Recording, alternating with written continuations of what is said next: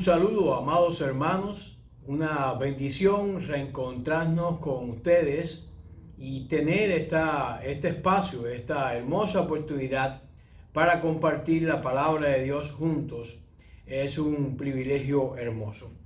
Continuamos en esta serie poniendo al miedo en su lugar y queremos hablar acerca de el amor en lugar del miedo, es decir, cómo sustituir el miedo por ese noble, hermoso y extraordinario sentimiento que es el amor. Para ello estamos basando este estudio en Primera de Juan, capítulo 3, versículos del 13 al 18, y de luego vamos a saltar al capítulo 4 para abordar los versículos del 14 al 18. Así que, dado estos lugares donde vamos a estar meditando en la palabra de Dios, le invitamos a ustedes a que puedan seguirnos en este tiempo de estudios y juntos pues abordar esta importante temática de poner el miedo en su lugar y hacerlo precisamente a través del amor. Le invito a orar. Padre, en esta hora nos ponemos en tus manos, te damos gracias por la bendición de tu presencia, te agradecemos por mis hermanos presentes, te agradecemos por todos aquellos que están conectados y te damos muchas gracias, oh Dios, porque tú eres maravilloso y nos ayudas a tener una perspectiva real y a la vez correcta de cómo tú te manifiestas en nuestras vidas. En el nombre de Dios oramos. Amén. Cuando hablamos acerca de este tema del amor, evidentemente el amor al prójimo debe jugar un rol y un papel protagónico en esta sustitución del temor por el amor. Y es precisamente lo que los tres primeros versículos de Primera de Juan, capítulo 3, nos hablan. ¿Cómo podemos sustituir el temor por el amor? Comenzando a amar al prójimo o intentando que nuestro amor cada día hacia nuestro prójimo vaya creciendo a la estatura y a la plenitud de esa medida majestuosa que es el amor de nuestro Señor Jesucristo, con el cual nos ama y también ama a toda la humanidad. Es por eso que Juan comienza hablando acerca de este importante evento. Dice: hermanos míos, no extrañéis si el mundo os aborrece. ¿Cómo es posible que podamos entonces sustituir ese temor por el amor? El mundo nos va a aborrecer. Esa es la descripción categórica que Juan, el discípulo amado, está dejando entrever en este versículo 13. Hermanos míos, no os extrañéis si el mundo os aborrece. Cuando Juan está hablando de esta expresión, no os extrañéis, los creyentes a veces estamos asombrados por el odio que sufrimos de parte del mundo que nos rodea. Y no lo entendemos, no comprendemos en justa medida la misma sentimiento que llevó a Jesucristo a la cruz. Cómo fue posible que el pueblo pues pidiera su crucifixión, cómo fue posible que estuvieran dispuestos a que soltaran a un bandolero para ejecutar a alguien tan justo y noble y que tanto bien había hecho en el pueblo de Israel. Sigue siendo la misma intención que el mundo, o la misma cara que el mundo coloca muchas veces a los creyentes. Como creyentes no esperamos ningún odio. Como verdaderos cristianos, como verdaderos cristianos muchas veces brindamos nuestra ayuda a los necesitados y podemos ser malinterpretados en esas cuestiones. Por eso Juan está diciendo, no os extrañéis. En otras palabras, dejen de sorprenderse por este sentimiento o por esta intención que el mundo manifiesta hacia ustedes. Es algo que deben ser conscientes de que es algo totalmente real. Debemos recordar que el mundo está lleno de descendientes de Caín, que expresan su odio hacia los hijos de Dios.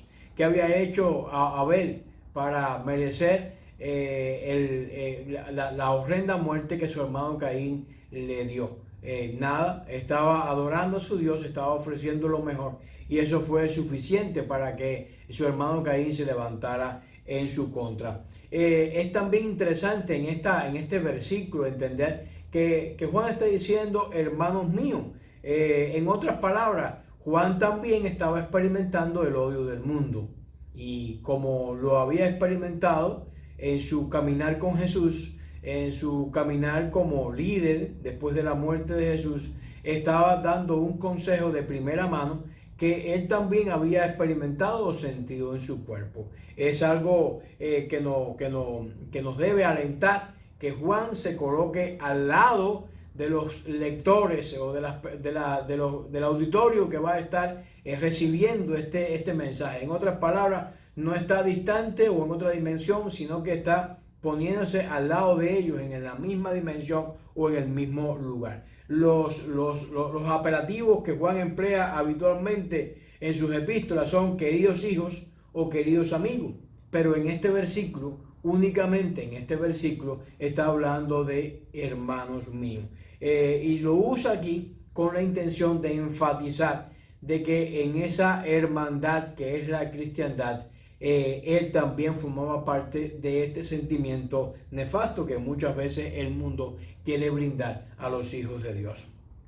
Cuando Juan está en funciones de padre espiritual, se dirige a sus lectores como hijos o como amigos, pero aquí está tratándolo como hermanos, porque se está colocando en una posición también de discípulo, alguien que estaba de igual manera enfrentando el odio del mundo. Si el mundo os odia, declara en este versículo, junto con sus hermanos, Juan también soporta la oposición de un mundo de pecado que se expresa de esa manera, manifestando el rencor u odio contra el cristianismo. Juan describe: si el mundo os odia, no os anticipéis de que esto, es decir, se anticipa a que esta posibilidad puede ocurrir.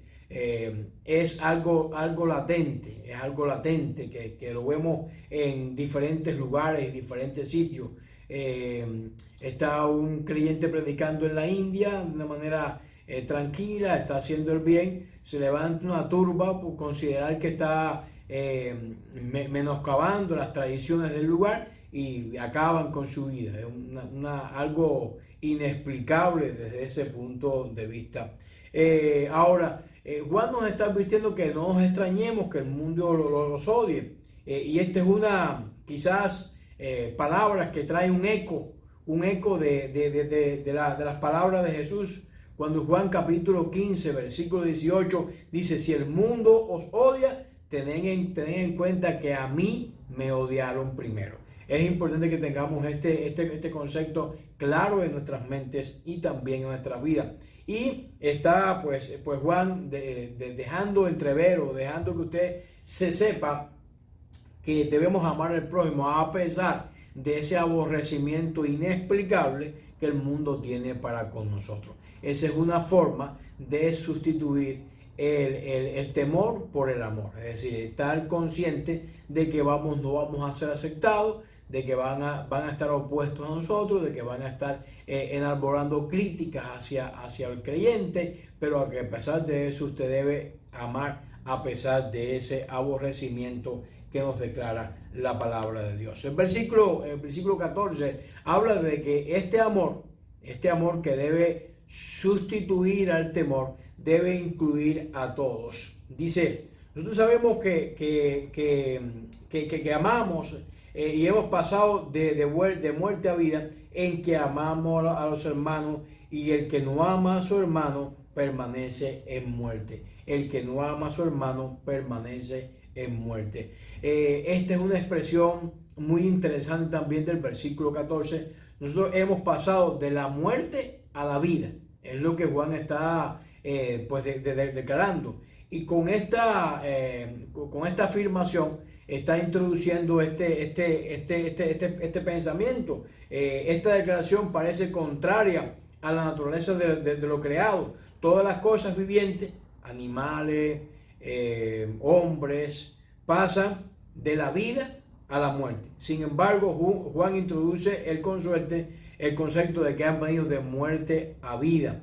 Y lo usa sencillamente para que sus lectores puedan entender el reto de que aunque estuvieron muertos en sus transgresiones y también formaron parte de ese mundo que odiaba a la iglesia, hoy en sus corazones ocurrió un cambio y por eso han pasado de muerte a vida. Y esa perspectiva es la que le permite entonces tener toda la energía suficiente para amar a la humanidad y amarla con una entereza plena, porque están henchidas de la grandeza de Jesucristo que pone en su vida y en sus corazones. Se le está enseñando a la gente que estuvieron muertos, estuvimos muertos, pero Cristo nos ha traído a vida. Es decir, hemos pasado de muerte a vida. En otras palabras, tenemos que estar claros que el amor por nuestros hermanos es la evidencia y no el fundamento de la vida espiritual. Es decir, aquí tenemos que tener claro este concepto. El amor por nuestros hermanos es una evidencia. Por eso Juan está diciendo, el que aborrece a su hermano no ha conocido a Dios. Es una evidencia, no es un fundamento. El amor por los hermanos es realmente una expresión de agradecimiento a Dios por el don de la vida. Un agradecimiento a Dios por el don de la vida. Y eso lo debemos estar manifestando continuamente en todo lo que hacemos. El Hijo de Dios pasa de la muerte a la vida, pero las personas que pertenecen al maligno permanecen en muerte. ¿Por qué? Porque no aman. Porque no aman. Y esa es la recomendación que estamos haciendo a través de esta lección, que usted sustituya el temor por el amor. Si usted se mantiene en ese temor, en esas preocupaciones, en esa desconfianza y en esas inquietudes, usted está reflejando, está evidenciando que está distante de ese amor de Dios. Porque es que la señal de la vida espiritual es el amor. La señal de la vida espiritual es el amor. Y cuando el amor se manifiesta, la vida florece. Cuando hay amor en la iglesia, cuando hay amor en la familia, cuando hay amor en la pareja, la vida florece. La vida es totalmente diferente con amor a cómo sería si el temor formara parte de esa relación. Las preocupaciones o la desconfianza formaran parte de esa relación. Si el amor está ausente de la vida de una persona, el odio, con todas sus temibles consecuencias, evidentemente va a estar llenando ese temible vacío. Por lo tanto, la recomendación que nos está haciendo Juan es que quitemos el temor y en su lugar coloquemos ese gran amor para con nosotros, que tuvo el Señor para con nosotros. Los versículos del 15 al 16 continúan ahondando en esta gran idea de cómo amar al prójimo. Dice, todo aquel que aborrece a su hermano es homicida, y sabe que ningún homicida tiene vida eterna permanente en él. En esto conocimos el amor, en que puso su vida por nosotros. También debemos poner nuestras vidas por los hermanos. Y esta es una evidencia clara de que la manera notoria, la manera que nos acerca a Dios, no es otra que amar al prójimo y no temer al prójimo. Y esta es una enseñanza bien importante. Sin mencionar su nombre, Juan se refiere indirectamente a Caín, la primera persona homicida. Y precisamente un fratricidio, ya que Caín mató a su hermano. Juan, sin embargo, llama homicida a cualquiera que odia a su prójimo. Cualquiera que odia a su prójimo, Juan lo está llamando homicida. ¿Puede llevar el odio siempre a la muerte? Un gran teólogo, Juan Calvino, dijo que si deseamos que le pase algún mal a nuestro hermano de ninguna parte, de parte de algún otro, somos homicidas. Si le deseamos el mal a personas que están a nuestro alrededor porque nos hicieron algo, porque dijeron algo o porque nos han molestado de algún modo, ya estamos incurriendo en este mismo delito. Y la palabra homicida es aplicable a Satanás. Él instigó a la muerte de Abel y también, Caín llegó a ser conocido como homicida. La consecuencia de ser homicida es que la persona pierde la vida eterna. Juan le resalta a sus lectores que, de acuerdo a la ley del Antiguo Testamento, la ley es contra los homicidios, y también la enseñanza de Jesús acerca de este tema. Juan es bien explícito cuando escribe: ningún homicida tiene vida eterna en él. Ningún homicida tiene vida eterna en él. Es decir, que el homicida no tiene parte en el reino de Dios, a menos que se arrepienta. A menos que se arrepienta. Siempre el arrepentimiento está abierto para todas las personas, pero si no lo hace, evidentemente no va a haber una entrada para él en el cielo. Si una persona se arrepiente y vuelve a su fe en Jesucristo, a lo mejor en la ley de los hombres va a sufrir un castigo, pero en la ley de Dios, Dios siempre va a ofrecer su gran perdón. Cuando su cuerpo glorificado y su alma se reúna, evidentemente va a estar disfrutando de la vida eterna. Juan es un pastor y es un maestro, y como sabio pastor se coloca a la altura de sus lectores y usa la primera persona del plural, nosotros. Y como maestro le recuerda a sus lectores el mensaje cuando dice conocemos, es decir, hemos aprendido nuestra lección y la conocemos bien. Pero ¿qué es lo que conocemos? Conocemos lo que es el amor. Juan centra su atención no en esta ilustración tomada de la vida diaria, sino del supremo ejemplo del amor. Jesucristo dio su vida por nosotros. Eso es la esencia de este pasaje. No es que estemos enfocados en los homicidios, no es que estemos enfocados, la esencia es que Cristo dio su vida en rescate por nosotros. Podemos sintetizar un poco este pasaje, y sabemos que es el amor porque hemos oído el mensaje del Evangelio, y el mensaje del Evangelio es amor. La muerte de Jesús en la cruz no es una muerte pasiva, comparable con la muerte o el sacrificio de un animal. Jesucristo murió con una muerte activa y determinada. Por su propia voluntad dio su vida a su pueblo. Nadie quita mi vida. Él la puso de manera voluntaria. Dio su vida por nosotros. ¿Cuál es nuestra obligación entonces para Él? Responder de la misma manera, amando al prójimo, porque Él también sufrió el vituperio, sufrió la persecución, sufrió la crítica, continuamente hizo el bien y recibió a cambio todo el mal y todo el dolor que ustedes, la Escritura recoge, y ustedes y yo conocemos, precisamente por poder acercarnos a la Escritura y el testimonio que está plasmado en ella.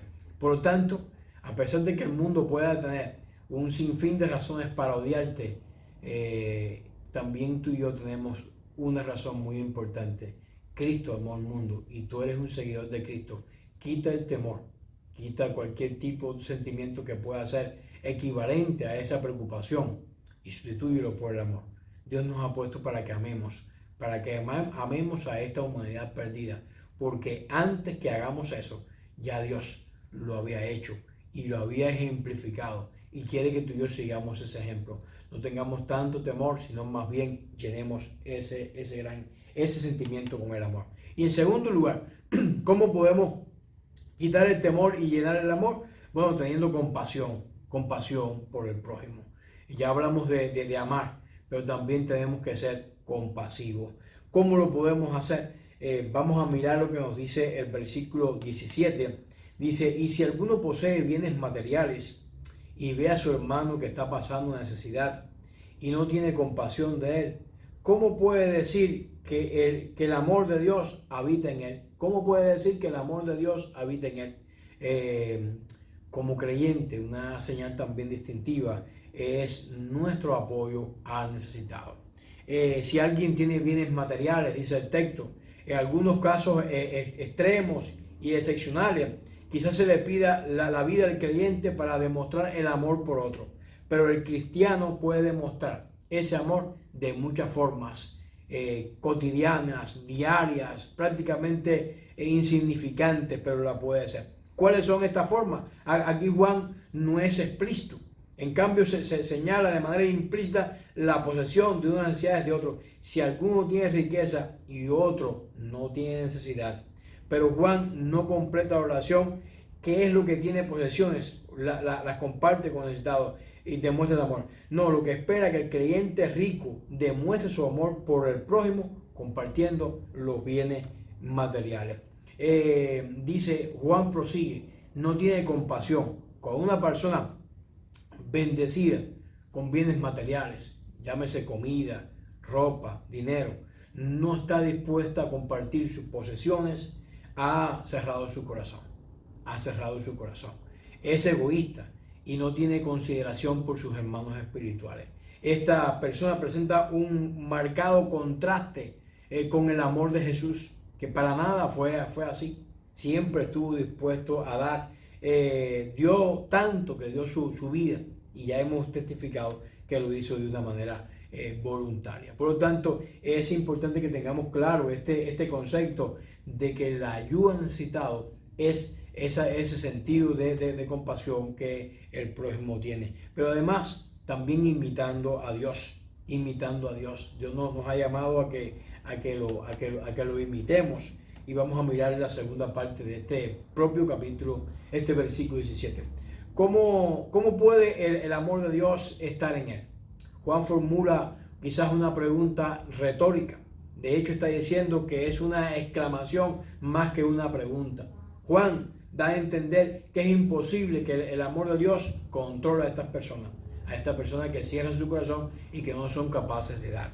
Juan declara que si alguien dice que ama a Dios, pero que está odiando a su hermano, dice Juan que es un mentiroso. Primera de Juan 4:20.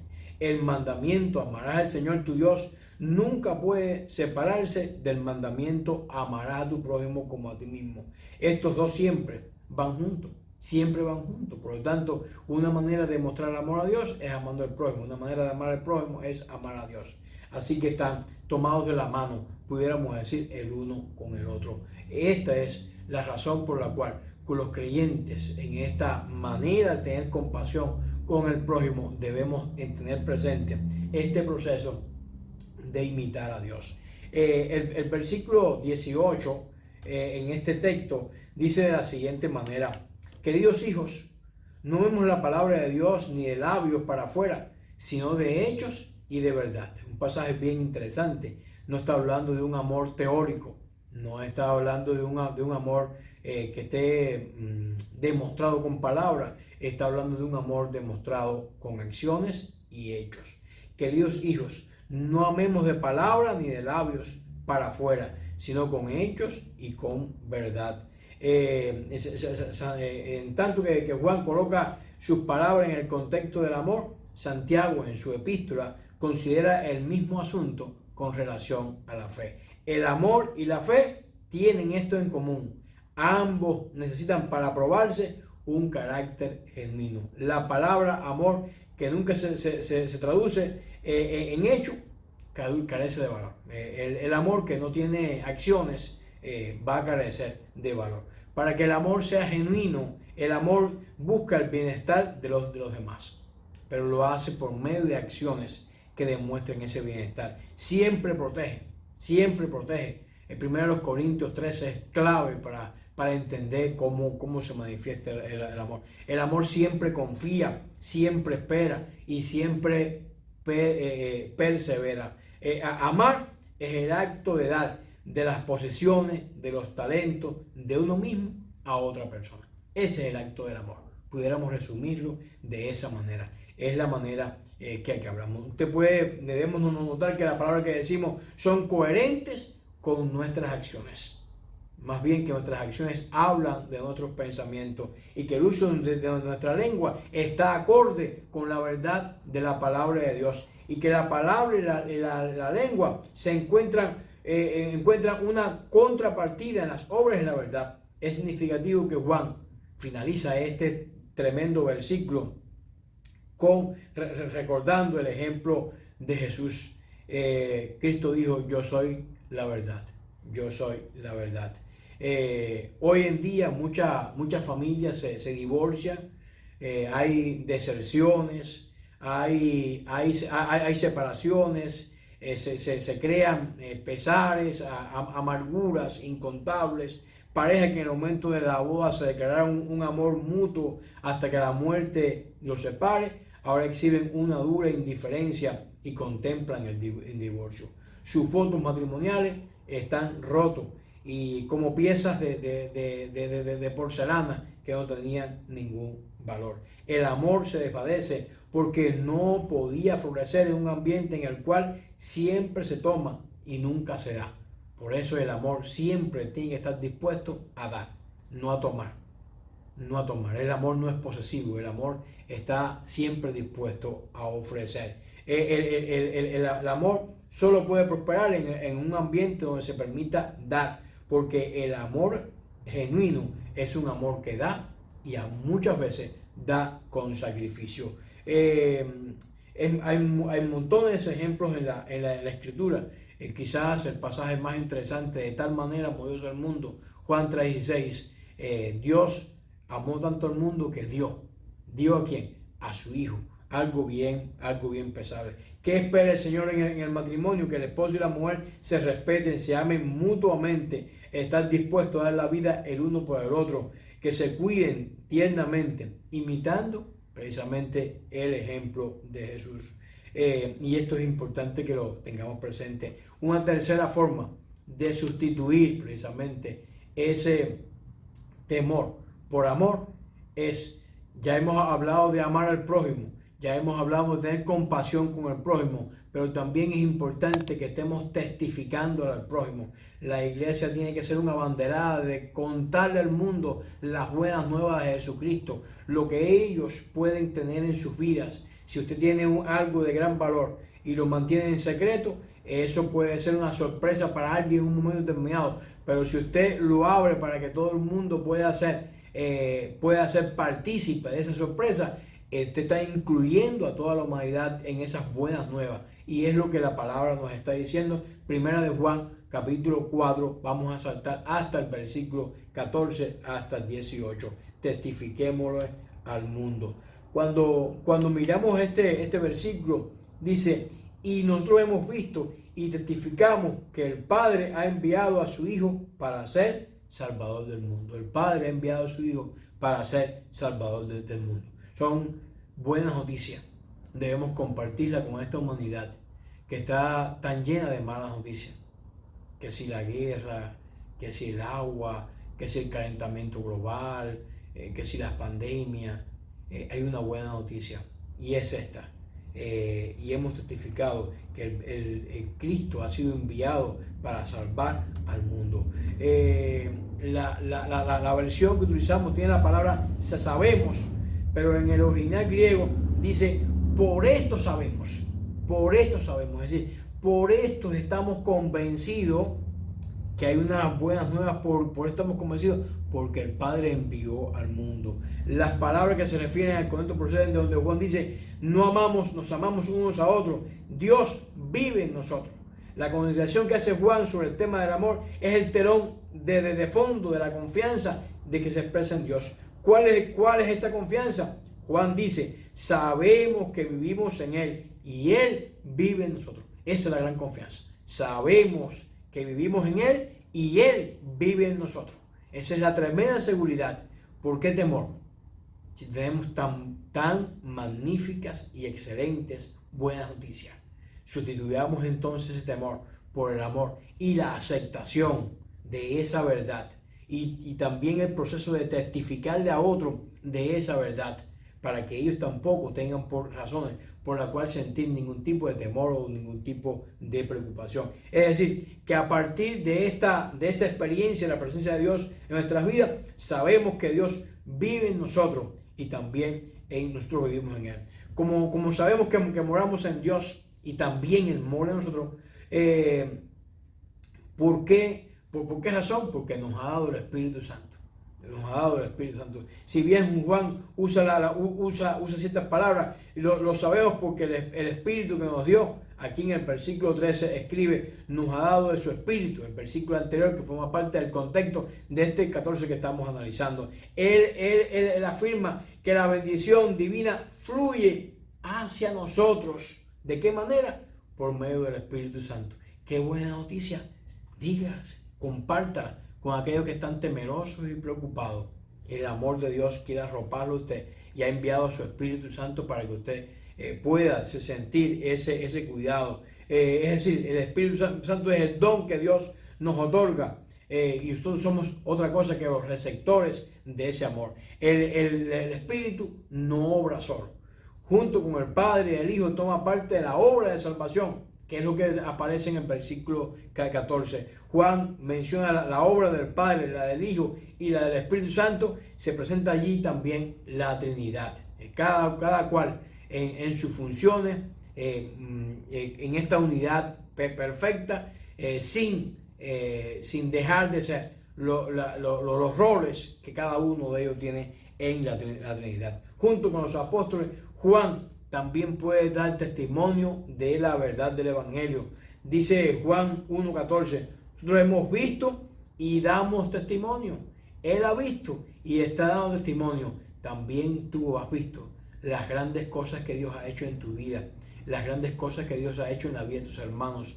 Y eso es importante compartirlo, testificar, porque hay mucha gente perdida, temerosa, sin esperanza y que están esperando que tú le compartas que hay un Dios que le ama, que hay un Dios que quiere morar con ellos, que hay un Dios que ha enviado su Espíritu y que hay un Dios que quiere bendecirlo con la vida eterna. Quizás está pasando la escena de Jesús en el Jordán. El Espíritu descendió en forma de paloma y el Padre declaró, este es mi Hijo, a quien amo. Y en el contamiento, los discípulos no solamente fueron testigos de la presencia bautismal de Jesús, sino también fueron testigos en toda su vida. Ellos oyeron, tocaron a Jesús y después de la ascensión también fueron testigos de primera mano de que Jesús había resucitado. Juan da un breve resumen del Evangelio. El Padre ha enviado a su Hijo para ser el Salvador del mundo. Esta es una declaración de una gran profundidad.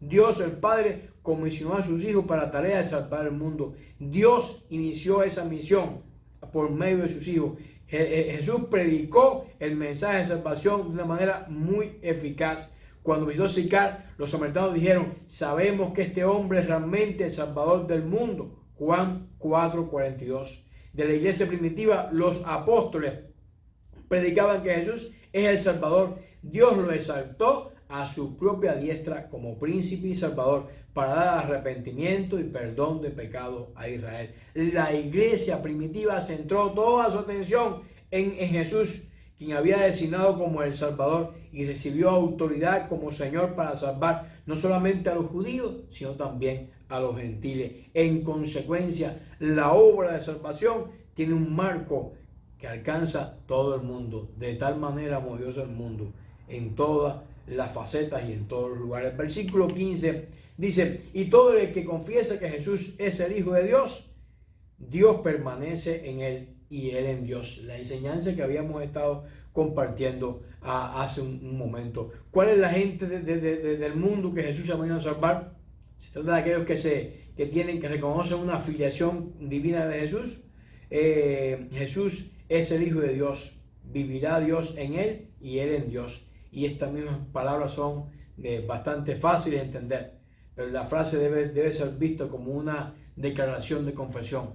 Tienes que creerlo y confesarlo con tus labios para que puedan aspirar a esta bendición. Cuando miramos esta frase desde el punto de vista bíblico, podemos darnos cuenta de que Juan no está haciendo notar una verdad teológica allí presente.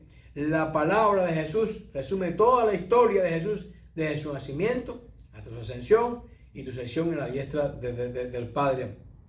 Excluye todo lo que niegan que Jesús es el Hijo de Dios para tratar de menoscabar la comunión con Él. De este modo, nosotros conocemos y confiamos en el amor que Dios tiene por nosotros. Al usar el pronombre personal Nosotros, Juan incluye a todos los lectores de las epístolas y a todos los que más adelante van a tener experiencia con ella. Por experiencia, dice, hemos llegado a conocer el amor de Dios y hemos puesto nuestra confianza en Él. Qué bueno, tú y yo hemos llegado a conocer el amor de Dios. Pero hay un mundo fuera que necesita de tus palabras, que necesita de tu tiempo, necesita que tú estés dispuesto a compartir esa enorme verdad que Él tiene para contigo y para con su vida. Ese es el conocimiento de fe en acción que tú debes de testificar y debes estar compartiendo. Los versículos finales, 17 y 18, dice de la siguiente manera: ese amor se manifiesta plenamente entre nosotros, para que en el día del juicio comparezcamos con toda confianza, porque en este mundo hemos vivido como vivió Jesús. En el amor hay temor. En el amor no hay temor, sino que el amor perfecto echa fuera el temor. El que teme espera el castigo, así que no ha sido perfeccionado en el amor. En el amor no hay temor, sino que el amor echa fuera el temor. Esa debe ser la tremenda enseñanza que debe estar permeando tu vida en este día. No temas, ama. No temas, confía. No temas, ten seguridad absoluta en tu Dios. Qué importante. Si lo entendemos así, el pasaje da un significado bien interesante. ¿Cuál es el significado que es llevado a plenitud? ¿Cuál es el significado del amor que es llevado a plenitud? Llevado a plenitud significa completo, maduro. Se refiere a ese estado de la mente en la actitud del cristiano que se encuentra cuando el amor de Dios está dentro de él, que ha logrado, que Dios quiso lo que él plenamente lograra. Ha llevado adelante su ministerio contra sangre y bandera, contra pronósticos contrarios, pero ha estado confiando en que no hay nada que se pueda interponer entre su Dios poderoso y lo que Él está haciendo por su Dios. Es la confianza que debe estar primando en su iglesia. Esa es la palabra clave. Confianza. Cuando tenemos una comunión con Dios Padre y con su Hijo Jesucristo, podemos permanecer en el Hijo y en el Padre. Cuando vive en nosotros, Él vive en nuestras vidas. Entonces tenemos la confianza de que no seremos condenados en el día de los juicios y estamos confiados ante Dios. Tendremos confianza cuando Cristo también aparezca en el día de los juicios, porque estamos haciendo, pero hay un mundo que tiene una incertidumbre total, y ese mundo necesita que tú le comentes la gran verdad, las buenas nuevas de salvación. Ese mundo necesita que tú seas un imitador de Cristo. La razón de nuestra confianza es que somos semejantes a Cristo. Juan dice, porque en este mundo no somos como Él. Pudiéramos decir, porque así como Cristo es, así nosotros somos también para este mundo. Nosotros tenemos también que mostrarle a este mundo el amor. Y una manera de mostrarlo es testificando precisamente de su verdad y de lo que Él tiene para nosotros. Cuando imitamos el amor de Dios, no tenemos por qué tener temor al juicio venidero. No hay temor en el amor. Esta es una conclusión magnífica. No hay temor en el amor. Así como la fe y la duda no pueden coexistir en el corazón de un creyente, o hay fe o hay duda, tampoco puede coexistir entonces el amor y el temor. Por lo tanto, te sugerimos que eches fuera al temor. ¿Y cómo lo puedes hacer? Llenando tu corazón del amor de Dios. La palabra temor tiene dos significados. Puede significar alarma o miedo, y puede también significar reverencia y respeto. Este último significado, por supuesto, no es aplicable a este texto. El creyente ama y respeta a Dios, pero no le tiene miedo. Debido a su amor por Dios y a la comunión que disfruta con Él, el cristiano no tiene temor en el día del juicio. En cambio, vive su vida en la tierra con un temor reverente. Vive aquí en la tierra amando como Dios amó. El amor perfecto echa fuera el temor. No es un amor sin falla. Solo Dios tiene ese amor. Solo Dios tiene ese amor. Pero es la intención de nuestro corazón, a pesar de nuestras imperfecciones, hacer lo mejor para Dios. Es más bien el amor que está completo en el sentido que nos hace entrar en nuestro deseo de obedecer los mandamientos. Cuando su amor se manifiesta en el acto de amar a Dios y de amar al prójimo, entonces el temor es su acepción de miedo, ya no tiene lugar en nuestros corazones, porque el temor tiene que ver con el castigo, pero el castigo ha sido anulado, ha sido anulado. La razón de la que el temor y el amor son mutuamente excluyentes es que el temor tiene que ver con el castigo. El amor perfecto la idea del castigo está ausente, porque el castigo ha sido removido por la sangre del Cordero. Esa noticia es importante que llegue al corazón de otras personas y que puedan entender esa tremenda verdad. El creyente vive en comunión estrecha con su Dios y está libre del temor del castigo, no por sus méritos, no por sus acciones, sino por la gracia del Señor y por haber aceptado por fe a Jesucristo en su corazón. Por consiguiente, Dios no castiga al creyente, sino que lo corrige, lo disciplina, pero siempre está dispuesto a ayudar a sus hijos de esa manera. Quien teme no está entonces perfeccionado en el amor. No está claro. El amor de Dios, cuando se conoce realmente, lo que hace es más bien tranquilizar el corazón. Y viene a ser ese estado tan maravilloso, donde usted sabe que Dios le ama y va a encaminar todas las cosas a bien. Y eso va a ayudar de una manera tremenda. Por lo tanto, te animamos en este tiempo, en este día, te queremos animar a que eche fuera el temor y en su lugar llenes tu corazón con el amor. ¿Cómo lo puedes hacer? Ama al prójimo, aun cuando te aborrece, aun cuando no quiere tener nada que ver contigo. Que tu corazón esté lleno de amor, que lo incluya todo y que sea un reflejo de ese amor. Sé compasivo con las personas que te rodean, con tu prójimo. Ayuda al necesitado, imitando lo que Dios hace, y practica tu fe. No seas un teórico de la fe. Alguien dijo, tenemos que ser predicadores de la suela de zapato. Y con ellos quería hacer referencia a que no era meramente alguien que estaba haciendo una idea teórica, sino que estaba dispuesto a hacer. Hay muchos que están dispuestos hoy a mostrar sus grandes conocimientos, pero a la hora de hacer, entonces no. Si hay una aspiración, un sitio, un lugar, están muy dispuestos, pero a la hora de hacer, de sacrificarse, entonces ahí es donde comienzan a existir algunos fallos. Permite que ese no sea tu caso, ni tampoco sea el mío. Y en tercer lugar, es importante testificar a este mundo. Este mundo hace falta que escuche las buenas nuevas y que usted facilite que la persona pueda confesar a Jesucristo y que pueda permanecer de manera obediente en su fe. Haciendo eso, vamos a poner al miedo en su justo lugar, y en lugar de temor, el amor está llenando sus corazones. Oremos. Padre Celestial, gracias te damos por este día, gracias por tu palabra, y ayúdanos y bendícenos siempre. En el nombre de Dios oramos. Amén. Dios le bendiga.